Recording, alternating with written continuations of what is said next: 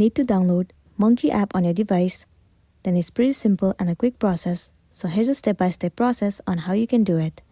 Start by heading over to the App Store. In the search bar, search for Monkey.